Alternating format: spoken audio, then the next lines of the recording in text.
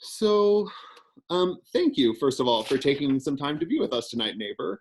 Um, Hello. I Hi. will just share very briefly the story of how your name came across my devices, which was a few weeks ago. There were well, more than a few weeks ago, there were conversations happening in Ardmore about the voting that the polling place that usually exists at St. Mary's, and the fact that in the consolidation of the polling places, we were going to lose that very important polling place. And my friend, Pastor Carolyn from Bethel African Methodist Episcopal Church, said, I have somebody who needs to talk to you about this. And I said, okay. And so I got to talk to Muneera on the phone and just really enjoyed my conversation with her. And I've thought a lot about, since coming to St. Mary's, about the fact that St. Mary's exists right on the periphery, right on the edge of a historically Black neighborhood that has deep, deep roots in our community. And I have felt, especially with the pain of the world since the death of George Floyd, and with our desire to be in solidarity with Black Lives Matter and with the actions that they're taking, that it's incumbent upon us as a community to know our neighbors better. And so Muneera graciously agreed to spend a little bit of time with us tonight, sharing some of her story, her experience growing up in Ardmore and living in Ardmore. And I'm grateful to all of you for being here. So my thought about the structure of our evening is Muneera I wrote some questions out and sent them to her in advance, but we'll have a bit of dialogue, but mostly you'll get to hear from her. And then we'll do that for maybe a half an hour to max around 40 minutes. And then for the last 20 to 30 minutes, there'll be an opportunity for you to ask questions. If you have questions that occur to you as we go, I invite you to just type them into the chat box so that you don't forget them. And also maybe I can integrate them as we go. So if you have thoughts, comments, reactions, the chat box is there for you. And most of you know how to use that from Sunday worship, because we have been worshiping on Zoom for many weeks now at St. Mary's. So Muneera, thank you. Thank you for joining us. Thank I'm you. glad to now connect a voice with a face. Yeah. So that is wonderful. I'm wondering if you would just share with us a little bit about what it was like to grow up in Ardmore, and what sort of start at the beginning, childhood, maybe a little bit about your family and the context you came from. Sure. Well, thank you for inviting me, and hello to each of you individually and collectively. So I moved to Ardmore when I was 6 weeks old. So virtually my entire life has been spent in Ardmore. I was raised on West Spring Avenue, which is the little dead-end part that runs right into Haverford College. So while, right there in the heart of the African-American neighborhood, I also was right there on the edge of the duck pond and the fields and so I had all that wonder and splendor. So when I was a little girl, I think I can remember back as far as 3 is, where my memory kind of starts. And at that time, Ardmore was probably close to a 50-50 split between African Americans and Italians. So that was my childhood. And then over time, our section of Ardmore became much more predominantly Black. And then again, now you see it is again multi-race, and not only Black and white, but Asian and, and a lot of Latinas and such. So, but as a child, and I took a few notes just so that I don't drag on, so you'll forgive me as I look at my sheet, but that'll help me stay on track. So one of the first things I remember as a kid was that we had a terrible fire in our house on West Spring when I was 3. I remember the fire, and it was, I think, probably the first real community effort that I ever got to experience and witness, because our next door neighbor was hanging out of his window yelling fire, fire, and all the men from the street were running and grabbing ladders and water and whatever they could grab.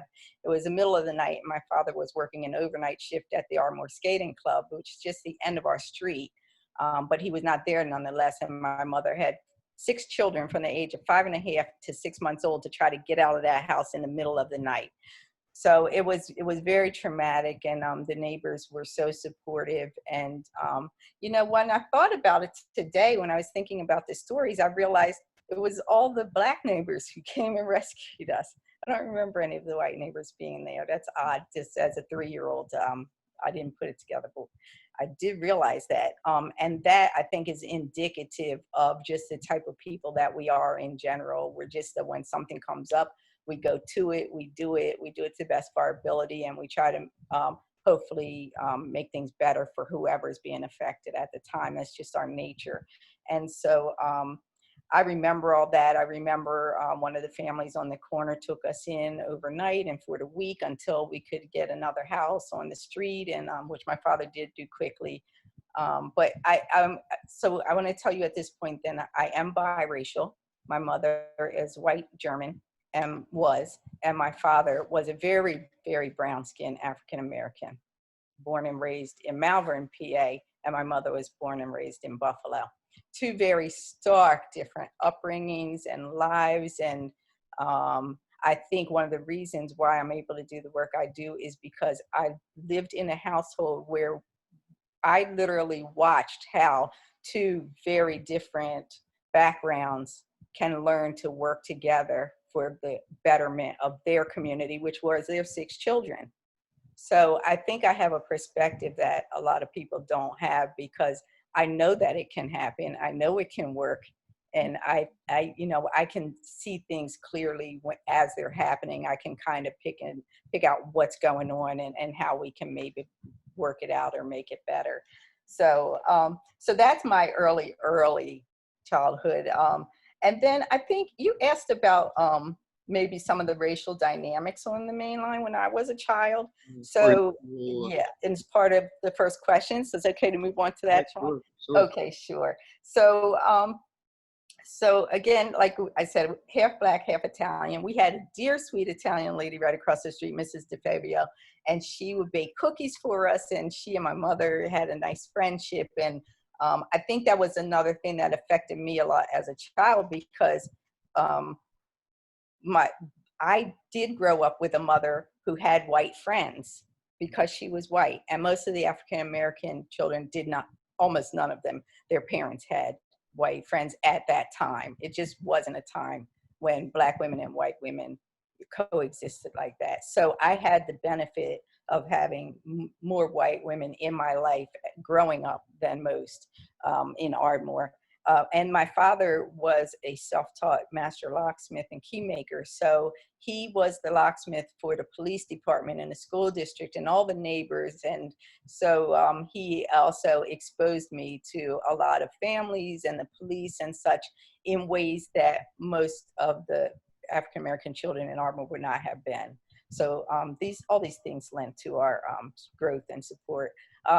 So the dynamics when I was a young girl were such that when my mother would walk us to the library, because that was her habit every week, she walked all 6 of us up to the library. We were each allowed to take out 10 books.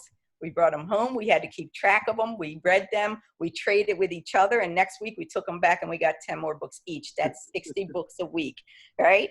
So this was my mother's habit. And we did this every single week. Well, she would be stopped along the way by white women who want to know if she was running a daycare. And, and I think, we kind of laughed it off as children. We didn't really know to put together that they could not fathom that my mother had brown children. They just couldn't fathom it. So when we'd go to the AMP, which was the Acme and Wynwood used to be an AMP, and we'd go to the store and women would literally run their children over with carts, gawking at my mother when she had us with her, with her. So those were the types of dynamics then. Over time, it started to change a little bit, but not much. We were an oddity.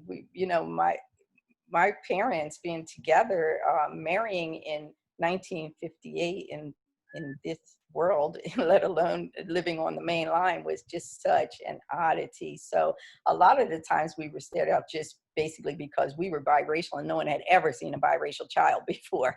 So there were a lot of different dynamics that played into it. But, my father, even though he was well respected as a locksmith, he suffered a lot as a dark brown skinned man on the main line. And, he got followed and he got taken in by the same police that he would come and rescue because they locked themselves, out of the jail cells, et cetera. So, just odd dynamics. Sean, were you going to say something? No, keep going. I'm just nodding. Oh. Like, you're a good storyteller. I'm very engaged. Oh, okay. Okay. So, well, that's a good thing, I hope. So let's see. So I guess another dynamic of being young and especially being biracial on the main line was the fact that I pretty much wasn't accepted by the black kids or the white kids. I was a little too white for the black kids because my speech was such that, it was white, but for white parents, I was too black for their children to bring home or to play with in their neighborhoods. And certainly their kids couldn't come to my neighborhood. It didn't matter if we were the best of friends. The white women never allowed their children to come to my house to play. I had to go to theirs, or we had to play in school. So those types of dynamics, I think, went into shaping who I am and the type of advocacy work that I do, particularly for children and students. And so it all plays into it. It sounds like a painful thing for a child, though, to have had that, not quite having a community maybe of peers. It did hurt because it hurt because I really didn't understand it, because I've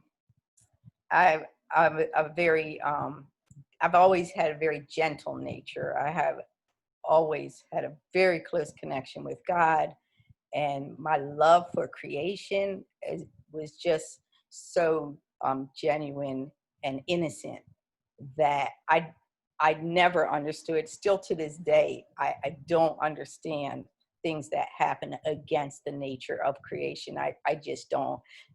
It can never be made.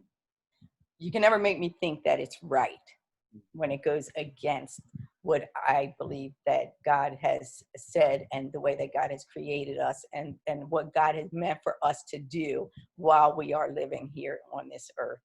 So, yeah. Will you share just a little bit about your spiritual and religious upbringing and how that piece of everything shaped you? It sounds like it's been deep in you since childhood. Yes. So I was born and raised Muslim, and I have always just had a very deep connection with God. I can remember as young as 5 years old, when I would go to bed at night, I would gaze out of the bedroom window into the pitch black sky, and I would just know, I just knew that God was there and that he was so great and that he was my protector and that I loved him. And I made certain prayers as a 5-year-old that I still say today. I still say to this day before I go to bed at night. There's certain things that I say. I love you. I trust you. I believe in you, each and all, with all of me. These are the words of a child, but they're words that are just lasting. They're just lasting. Prayers for protection for me and my family and for all the believers and all righteous people. And, I've done it since I was a little girl. So, and I never let go of that, and I refuse to let go of that. I pray that I die on that banner, and all of my work is done within that light. I've chosen to spend my life in the light, and all my work is done in the light. And in that, it gives me a great strength, because I have a trust that I can rely on. Oh, that's so beautifully expressed. Thank you for sharing that.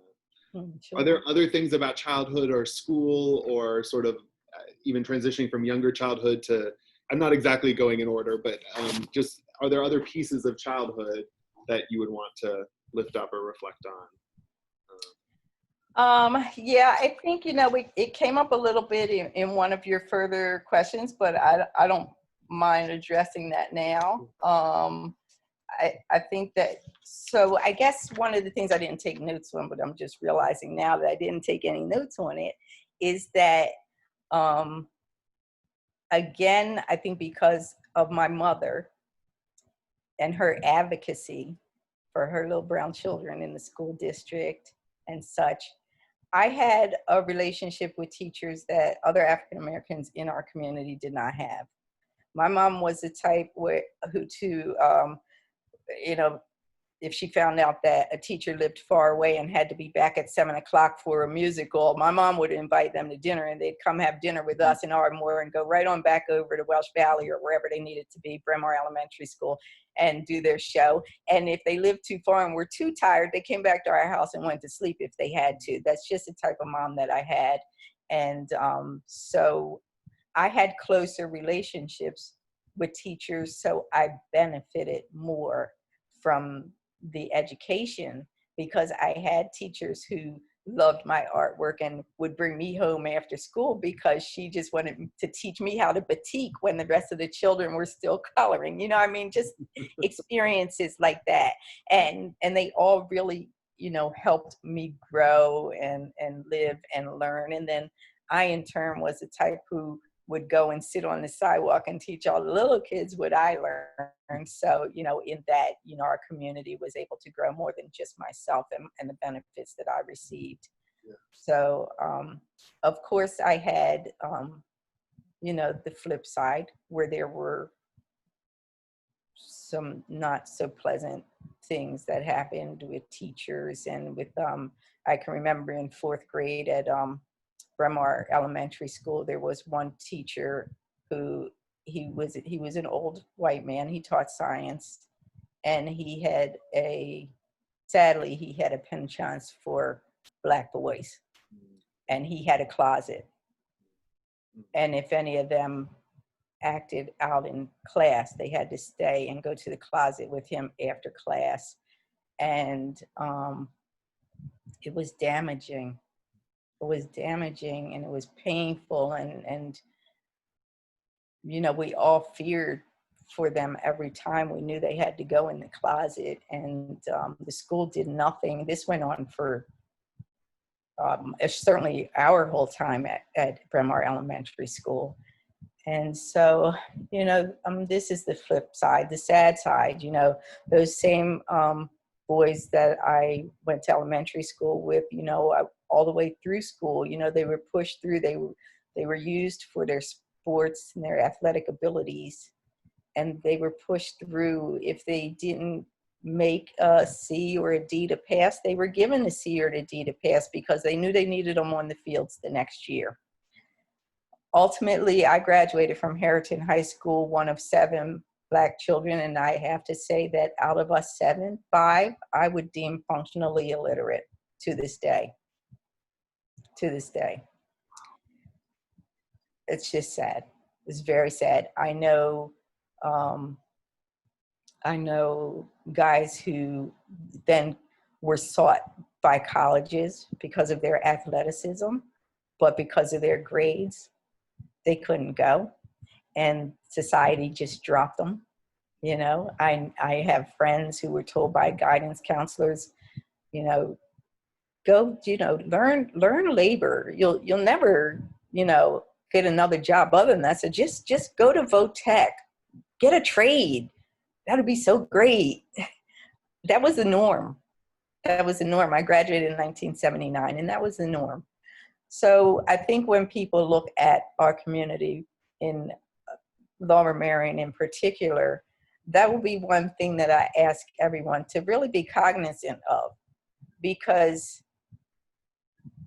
those people had to turn around and try to raise their children without having had a proper education of their own.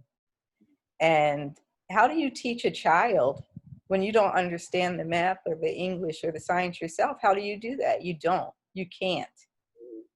Children that are being raised by their grandparents who had suffered the same plight. How do you turn that around? So I'm proud of our community because our 30 and 40-year-olds now, they're dynamic. They have great positions. They're teachers, and they're corporate, and they're entrepreneurs, and they're doing very well, and they're just one generation removed from me, and that is an actual tribute to the way our community was able to teach our children beyond the education that they weren't receiving. My mother taught my friends because the school wasn't teaching them. And I, in turn, taught my friends' children. And, this is just what we all did for each other. We took care of each other. We take care of each other's children so this one can go to work, and we take care of these so they can go to school and continue their education. And we take, and that's what we do for each other. So I think, one of the things I really want to encourage everybody to do is see the great love that our community has for each other, see the support that we provide for each other. And, just know when one of us hurts, we're all hurting severely, and we're all working to rectify that for each individual. So. Yeah. Wow. So the educational piece was apparent to you from it sounds like very young, like the inequities within the educational system. And that's a big piece of your activism as an adult. And I don't, how did, I had some questions later just about how you became an activist, I can see the seeds, hear the seeds of it already in the way you talk before, but how that happened, and then what kind of work you've done around education. Because as much as the community itself has helped so many African-American children to, I'm so encouraged by what you say. There are still such significant inequities, aren't there, in the schools? There are. And so would you talk to us a bit about that? Sure. Well, I was asked to get involved about maybe 8 years or so ago. So I'm going to back up some and say that about 20 years ago, a committee was formed called CARE, Committee Addressing Race in Education. That committee was formed by an educator, a few parents, and one administrator. And it was particularly formed to address the inequities in Lower Merion School District in regards to race relations. So they had done quite a bit of work along the way. By the time I was asked to join, which was about 8 years ago, it had become quite administration heavy. It was no longer grassroots efforts. There were very little parents involved, and the few who were involved were pulling their hair out because they just could not make any progress. So a couple people on the committee are people that I grew up with, and they had a belief in my ability, probably more than I even did at that time. And they asked me to get involved, and I did. So the first thing I did when I decided to join the work was to go and sit in on meetings and just be quiet and listen and see where things were at and learn as much as I could learn about what was happening in the district. So I didn't only join CARE, but I quickly was asked to join other committees by people in the district who, again, maybe saw my ability that I didn't know I even had yet. So I joined the Gifted Committee, and I joined there were a few other committees that I was asked to join, and the Strategic Plan Committee, the Special Education Strategic Plan Committee, and then eventually an Oversight Committee to an overarching watch of the CARE actions and the implementation of the practices and such. So that's kind of how my work in the district built. But while I was doing that, I was building relationships with the board members and the administrators and the teachers and the students and the parents. And I just kind of became someone that they all knew they could trust to have a genuine and real conversation with. And if there was some advocacy that needed to happen, they started to ask me, would I sit in? And, a principal will call me and say, hey, I have this going on, and I really feel like it would help to have you in the room. Would you come? And I said, sure. And a teacher would do the same, and a parent would do the same. I don't feel comfortable going to school and advocating for my child. Would you please come with me? That's one of the downfalls of what happened to my generation and those prior, was that because of the lack of proper care that they should have received as students, because of the lack of that, they're not comfortable walking into the school even to advocate for their own children or their grandchildren, because they have such a feeling of, I don't belong there. Nothing good's going to come if I go there. Bad things happened to me when I was there. I don't want to go back. So, with all these types of dynamics, there are a great many barriers that I sometimes have to try to break down and get beyond before we can even go into the school and do any work. And some parents opt to not go at all. And then I go and I speak on their behalf. So for the most part, the district is glad when they see me coming. Sometimes not so much, because I'm known to walk in and close the door and say what really has to be said when it has to be said. Sometimes that's needed, and I do that with an insistence, because we've worked so hard and we've implemented so many practices and we've cleared so many hurdles, that when there's a teacher or an administrator or somebody that's just not adhering and they just didn't follow the steps that we painstakingly outlined, and then it's time to have a different conversation, and I'm willing to have that conversation. They kind of joke, I joke about it and they joke with me, but my favorite saying with the district is that I'm not on payroll, so I can say whatever I like. So the teachers have even latched onto that, and now sometimes they need advocacy, and they call me as well. This is what's going on. Can you say something? Can you get in there? And I do. I advocate for all students. A lot of my work is social justice, and it is particularly involves African American students, but I've gone to bat for students of every race, depending on what's going on at the time, and I will continue to do that. Race is not my driving factor. It's just that there's such a larger disparity when it comes to African Americans that it tends to happen more. Are there stories that stand out, or things you could share with us about what sorts of issues tend to come to the fore that families or students might seek your assistance with? Obviously that's private to those students, but if you could give us more insight into what kind of challenges you maybe are most proud of assisting with, or it really runs the gamut, but there's disciplinary improportions, and the African American students will be punished at a much higher rate and with much more severity than other children. And so I do a fair amount of work in that regard. There have been times when teachers have said completely inappropriate things to students.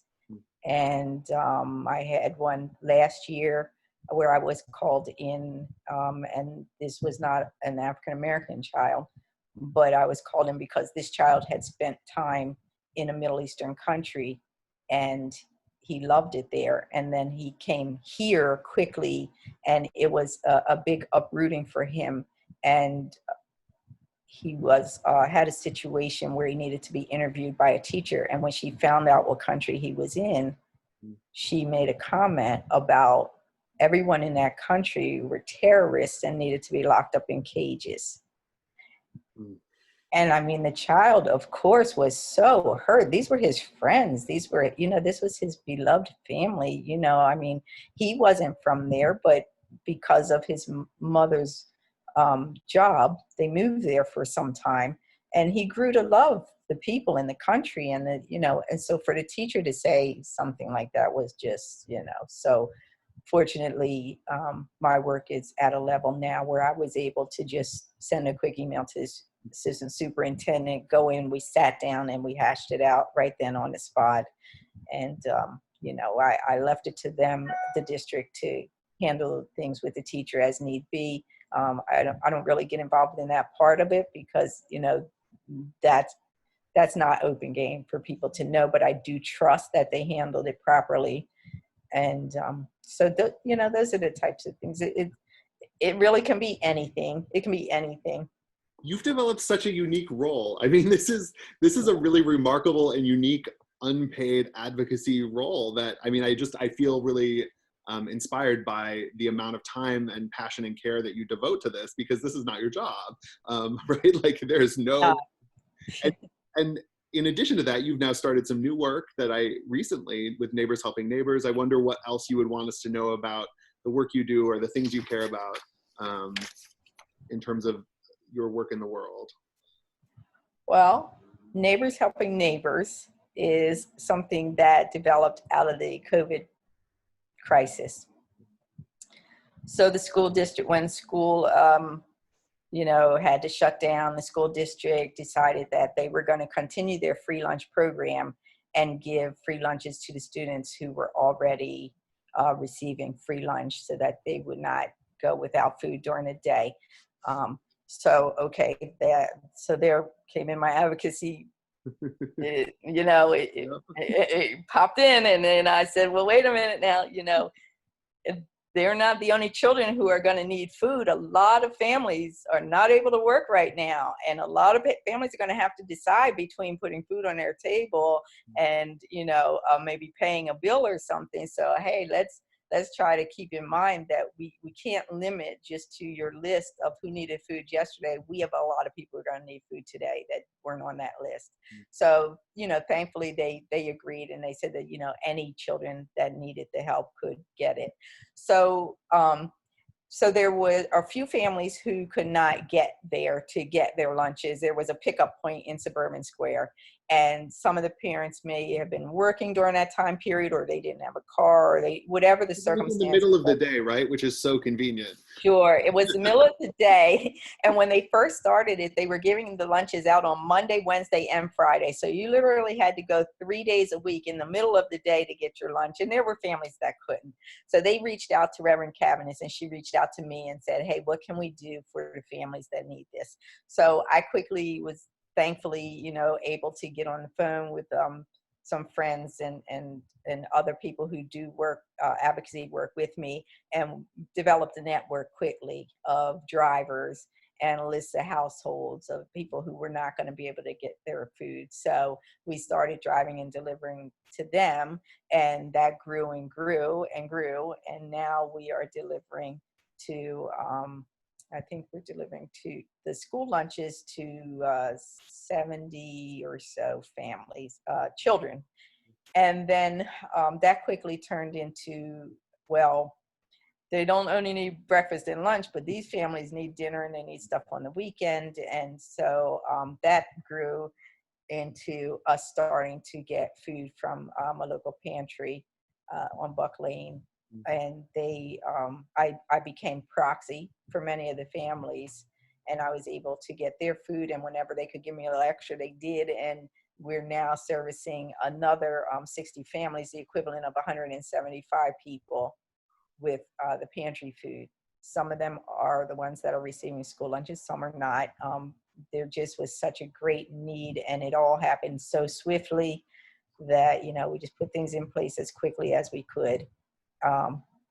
So I still basically have the same core set of volunteers, because of course with this virus, I had to be extremely mindful of who can I rely on that is not going out for anything other than this work with me.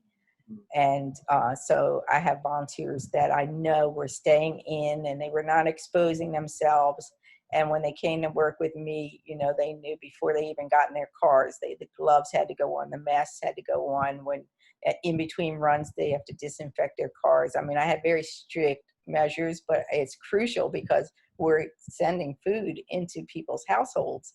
So yeah, that's kind of how Neighbors Helping Neighbors started. Wow. Yeah, you responded so quickly, because I remember when we spoke about voting, you told me you already had a stash of gloves and masks and disinfectant, yeah, because you just the minute this hit, you knew that you were going to need those things. And I was like really blown away by that foresight and, and just the responsiveness to need. And Yeah. Yeah. So before I open to questions that others might have, I wonder, are there other things you'd want to share, or things we missed, things that feel important? Um, I think I'd like to add a little more on about neighbors helping neighbors, because yeah. I just made a big decision within the last few days, and that is that I am planning to turn Neighbors Helping Neighbors into a nonprofit organization. And the truth is that these families needed help before COVID, you know, and even the ones who didn't and need it because of COVID, they're going to need it for a long time. The day the virus is gone does not mean that the day that everybody's economic strength is going to return and all their troubles are going to be out the window. No, that's not going to happen. There's going to be a lot of rebuilding that needs to be done. So by turning it into a nonprofit, I will be able to help even more people for a much longer time. And I'd also like to incorporate my advocacy work and job training and other things like that into a space, hopefully somewhere in Ardmore. Where yes, so that's my dream, and that's what I'm working on right now. Okay. And it is my intention to make that dream a reality very swiftly. So there might be an opportunity for some collaboration, it sounds like. Absolutely. Absolutely. Neat. Yes. Yes. And I knew, going back to looking out of that window into the night sky, I always knew that everything I was experiencing was going to culminate into something. And whatever that something was, it was going to be larger. It was going to be for the benefit of people, and it was going to in turn benefit my soul. And that is my life's work at this point. Amen. Thank you.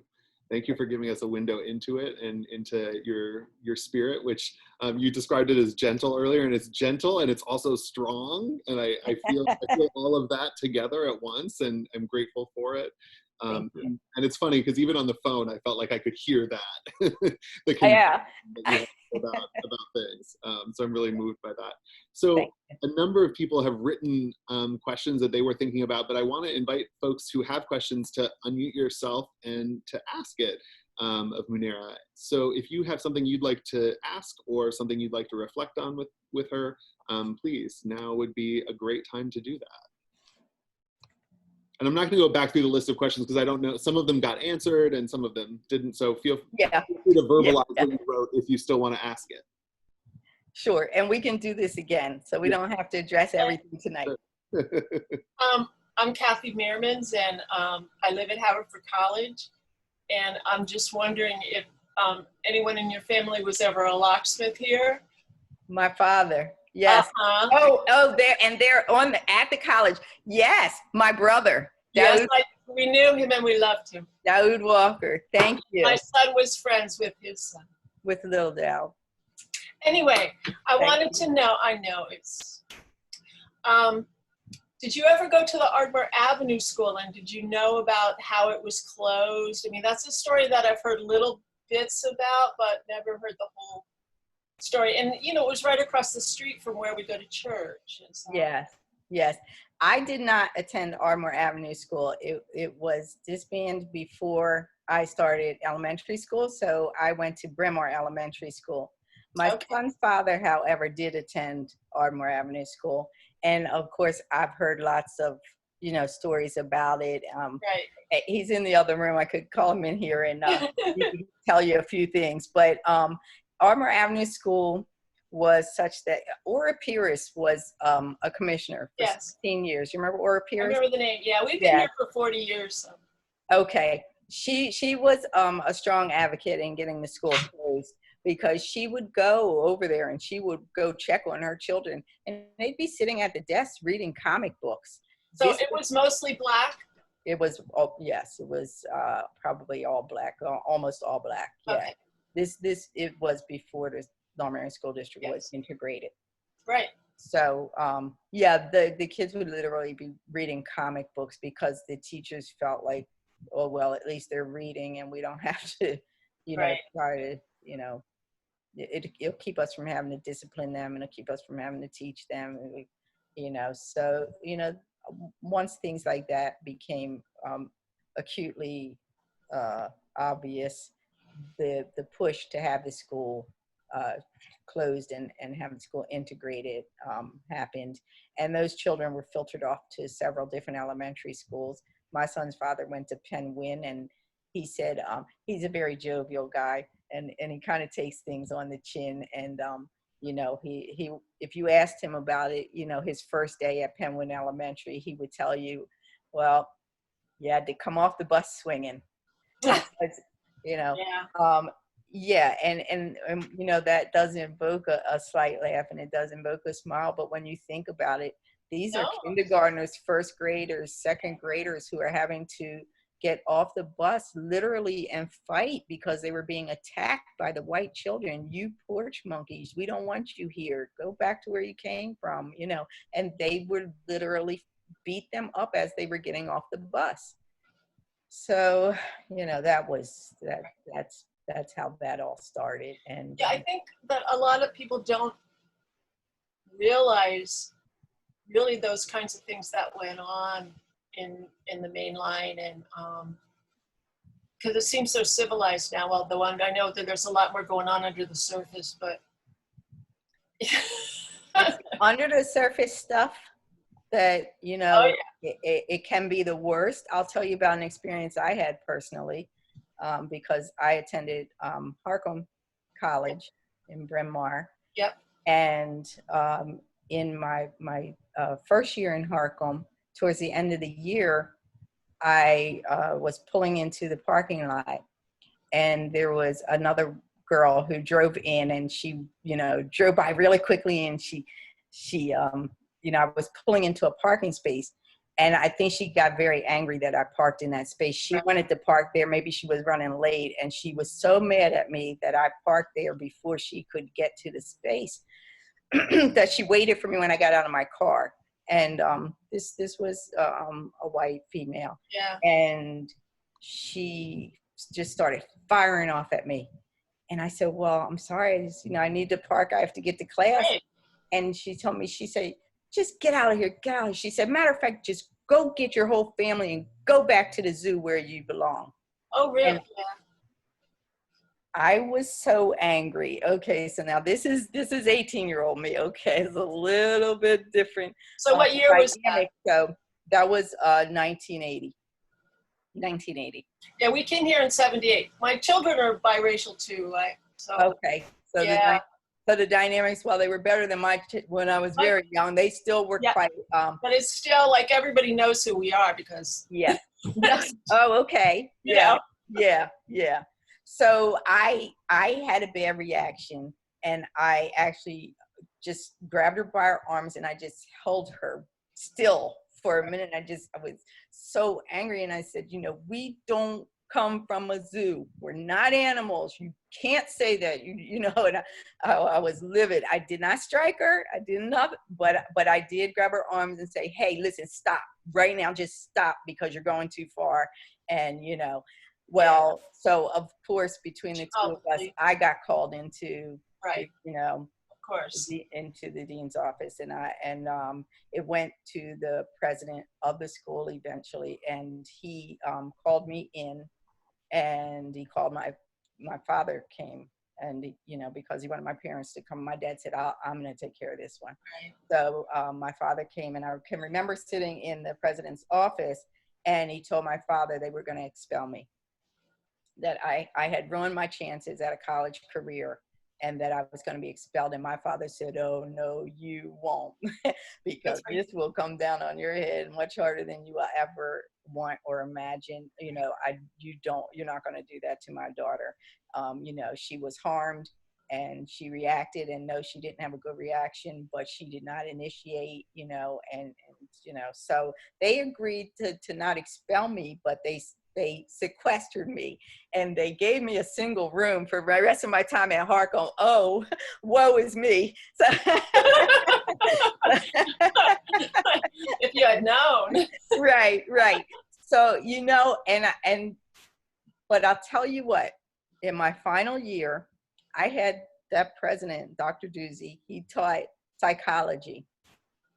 And I always had an interest in psychology. So I said, I'm going to take this class. And then I found out it was being taught by Dr. Doozy. And I said, okay, this is a good chance for me to show him the student that I am, the person that I am, you know. And I had a really, really great semester. My grades were high. I really into the course. I really enjoyed it. I was very active in class.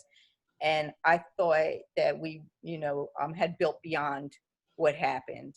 And I'll tell you what, I was never more disappointed when we walked for graduation and I found out that the honors that I was scheduled to walk with, I missed the dean's list by 0.2% because Dr. Doozy dropped my grade from a B to a D so that I would not walk with honors.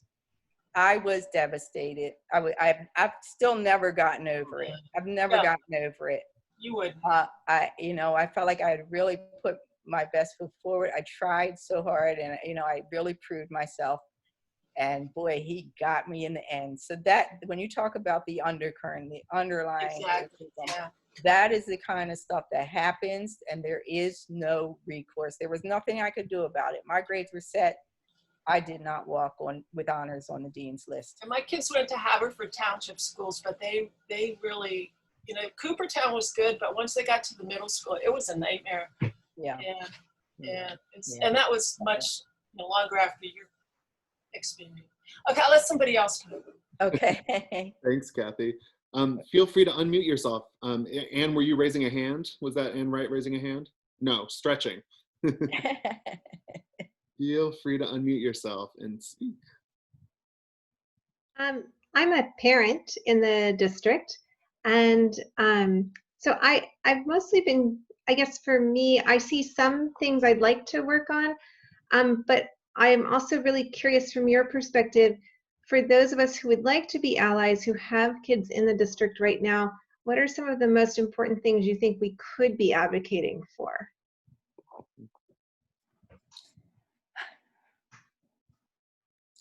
I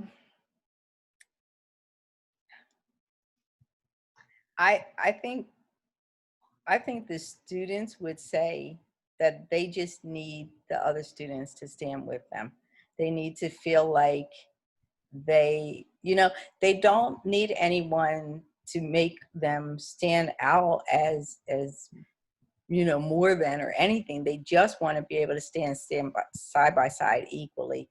And I think that as parents, I don't know if anyone got a chance to watch the video, the brief video that I made in 2015. I think I sent you the link in my bio. That's okay. Oh no, I'll send it out right after this. Okay. Oh no, it's okay. It's fine. Yeah. When you get a chance, watch that.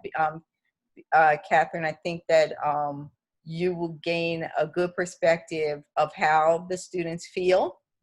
And then there are also students who are not African American that can explain to you some of the dynamics and some of the barriers that need to be broken through that really can only be done by the students.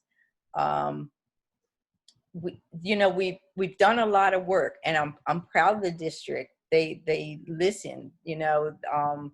We have a lot of hard conversations. We dug in there and we did some real down and dirty work.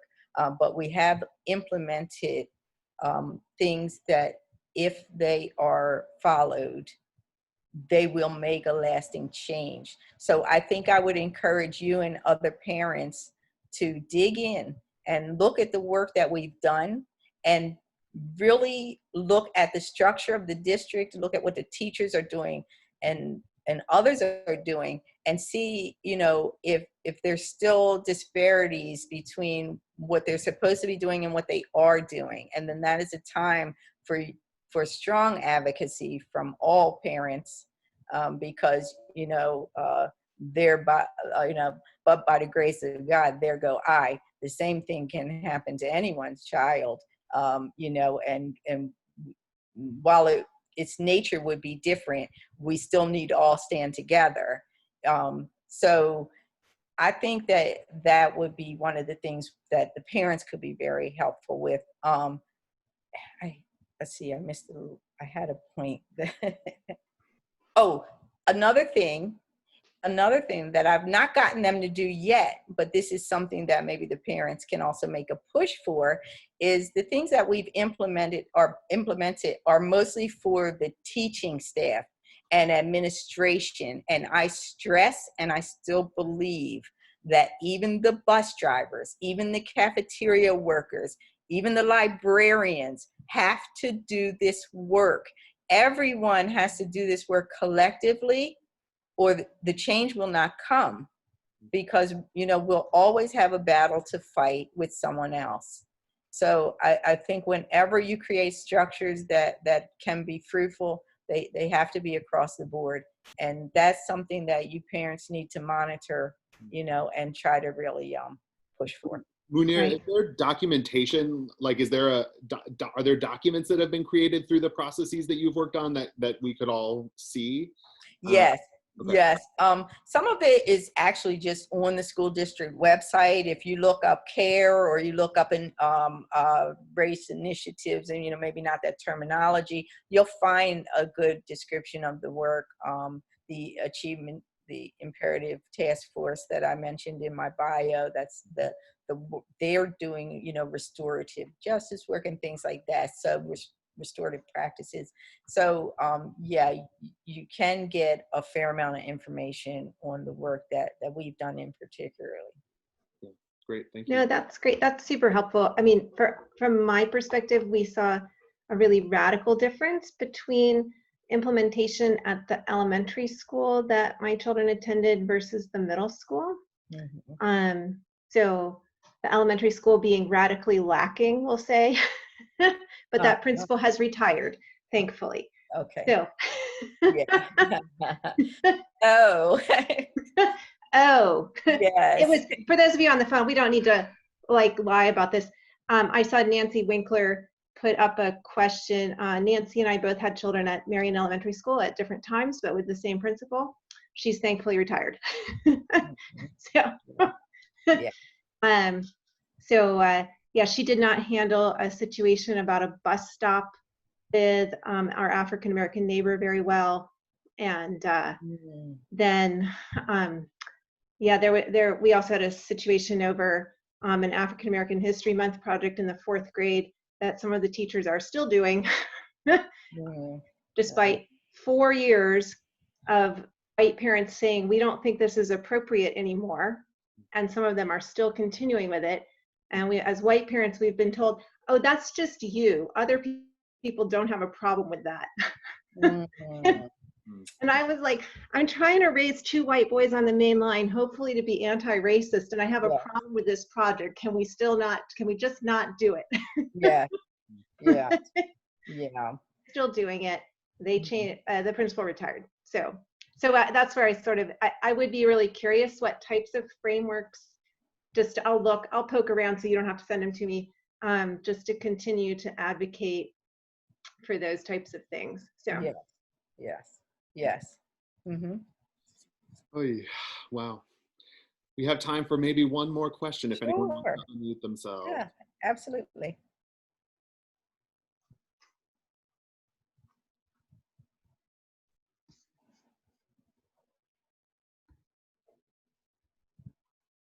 Was that Karen? Are you trying to unmute yourself? Yeah, I just did unmute myself, and I don't necessarily have a question, but having been for a period of time at the rally on Sunday in Ardmore and listening to some of those speakers at the very beginning who talked about how they or their friends have been treated while at Lower Merion High School, be by students, by teachers, whoever, it really took me back.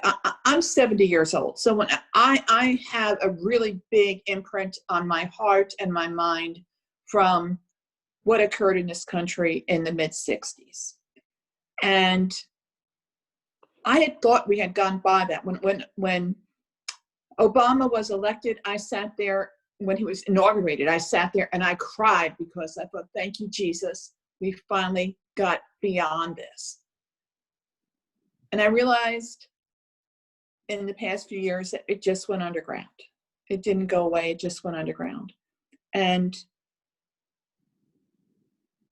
so it's very, very painful for me. So I can't imagine what it is like for a person of color.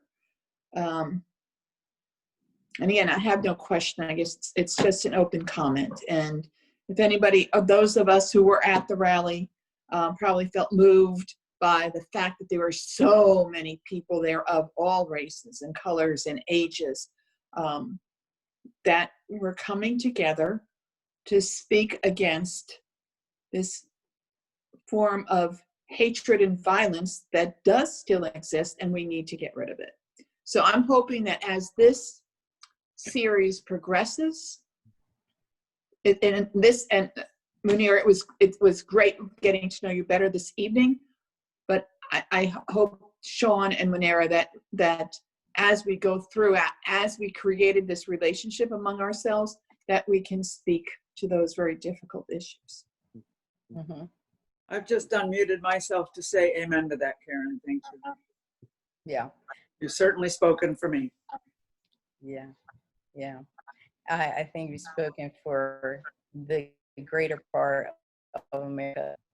And God, I hope. yeah, I'm going to tell you that I remain encouraged. I remain encouraged. When President Obama was elected, that was a major step forward. Did it eradicate everything? No. But that was a step forward that I know my parents hoped for, but didn't think they may ever see. And certainly they, my mother barely got to see it, and my dad didn't see it at all. I mean, my mom, vice versa. Vice versa. My mom didn't get to see it, but my father did see some of it. But, those greater steps to me are still quite encouraging. I spoke just briefly at the rally on Sunday, and I encouraged everyone to do an exercise that whenever I do a speech or something, I always kind of give them a little homework to do. And this is one that I repeat often when I speak, and I did repeat it on Sunday as well. And that is that I encourage every single person, regardless of their background, to spend time very quietly with themselves and think about when they were children and as they were growing up and when they were in the workforce or whatever their situation. Think about the times when someone said something to them that didn't feel good, it didn't sound right, but maybe especially as a child, they adopted it because they were told it by their mom or their dad who they revered, or a teacher who, they respected, or someone else of some type of authority maybe, and they adopted it. And those are the things that changed their thinking. It altered their thinking. It altered their the genuine way in which they were created. It altered their innocence. And if we could go back, and I like to call them each a pebble, and I tell them that these pebbles were part of what created their path. And I encourage them to go back, look back, find those pebbles, realize that I think this way about this person because so-and-so told me that, and they were not right to tell me that. That's not true. It's not correct. Remove those pebbles, get them out of the path.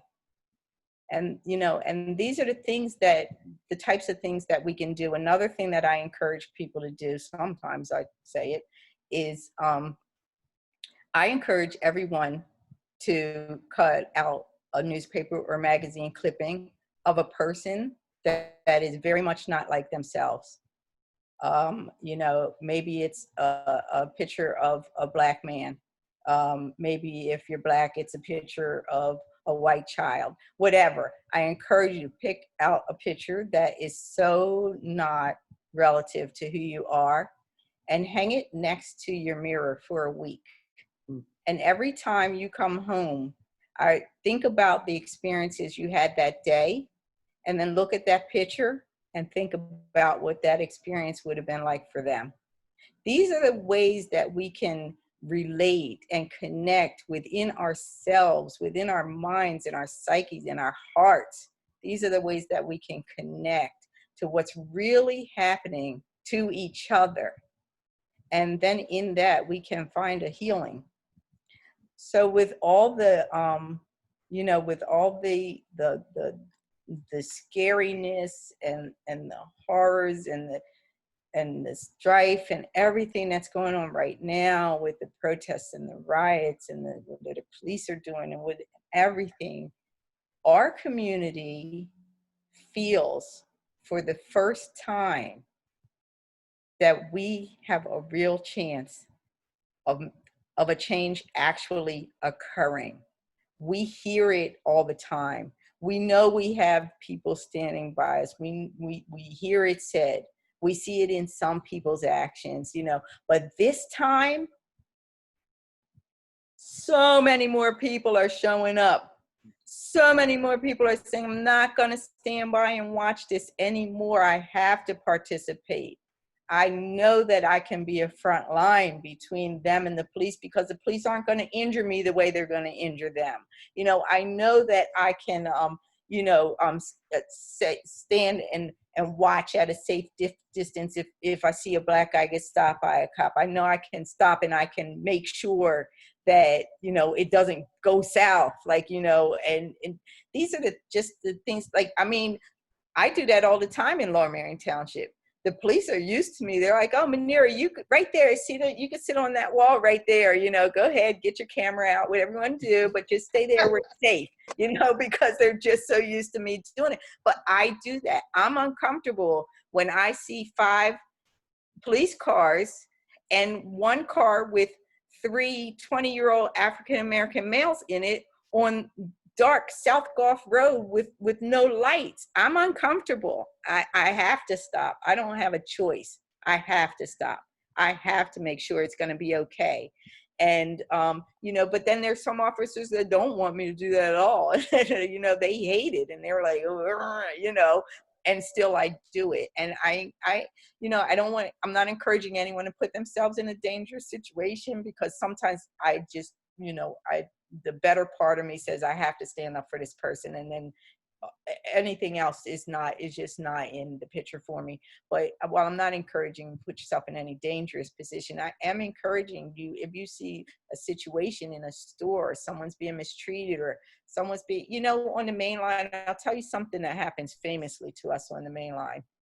We can be standing there right there next in line, and I would say probably at least 50% of the time, a white cashier will turn to the white person next to me or behind me and offer to help them before me.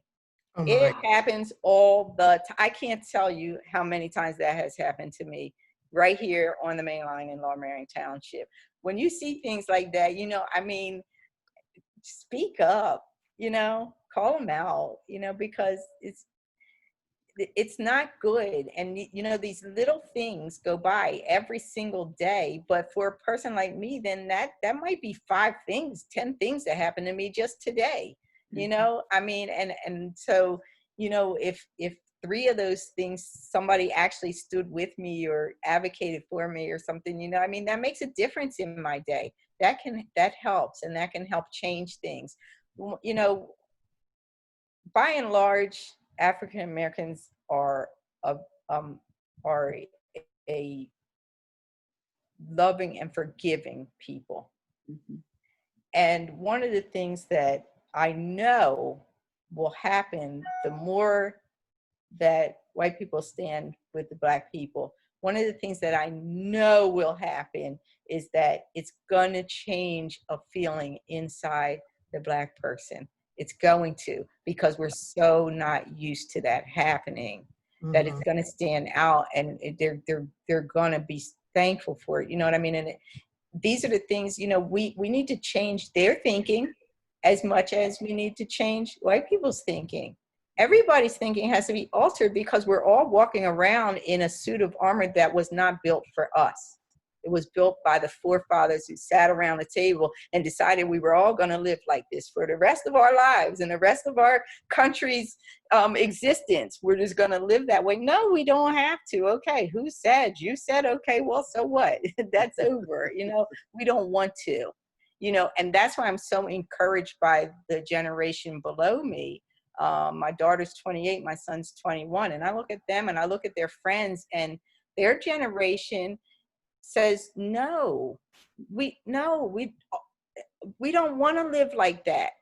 You know, we love our Black friends. We love our white friends. It's not because they're Black. It's because we love that person. It's not because, you know, they're Asian. It's not because of any reason other than the fact that we get along good. We love being together. You know, I mean, these are the simplicities. This is the nature that God made in us. You know what I mean? And we don't have to wear those suits that those men so long ago decided that we needed to wear. We just don't have to let that be our country or our world. Mm-hmm. Mm-hmm. Amen. I see some Amen to that. around the screen. Yes. I think that resonated. I was just going to say that, can you hear me okay? Yes. Okay. That my husband and I joined up with the march that occurred in Haverford Township on Sunday. And I have to tell you, the African American club, Experience Club,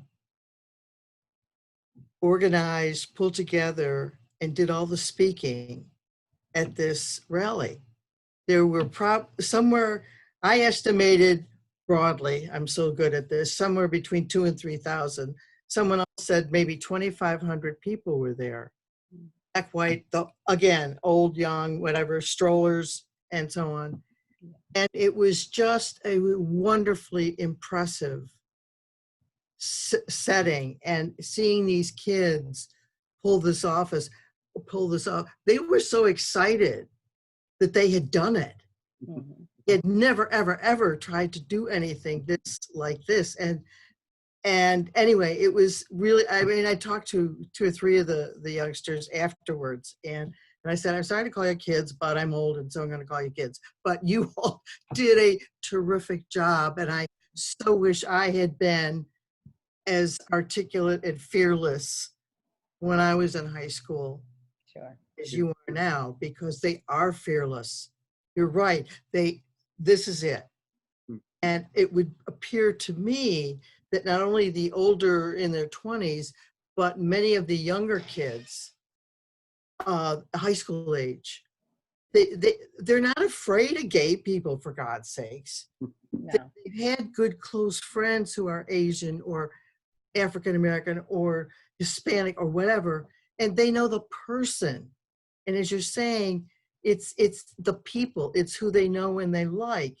Yeah. So they have all this other nonsense hanging on their necks That's right. that many of us grew up with. Sure. And it's, as I say, it's very encouraging. It's about the only encouraging thing I can think of at the moment. Are these young people, and as I say, I think it took a great deal of courage for them to even envision they could pull this off. Mm-hmm. And Mary Gay Scanlon, one of the representatives from this area, was there too, congratulating them, which was really lovely to see that too. You know, she has her mask on, and Yeah. and anyway, so it was a very heartwarming, wonderful day. Yeah, I think in Ardmore and in Haverford, both seeing the leadership of those high schoolers Yes. was really, really deeply moving. I have to say, I don't want to be known as a person who always lets meetings go really long.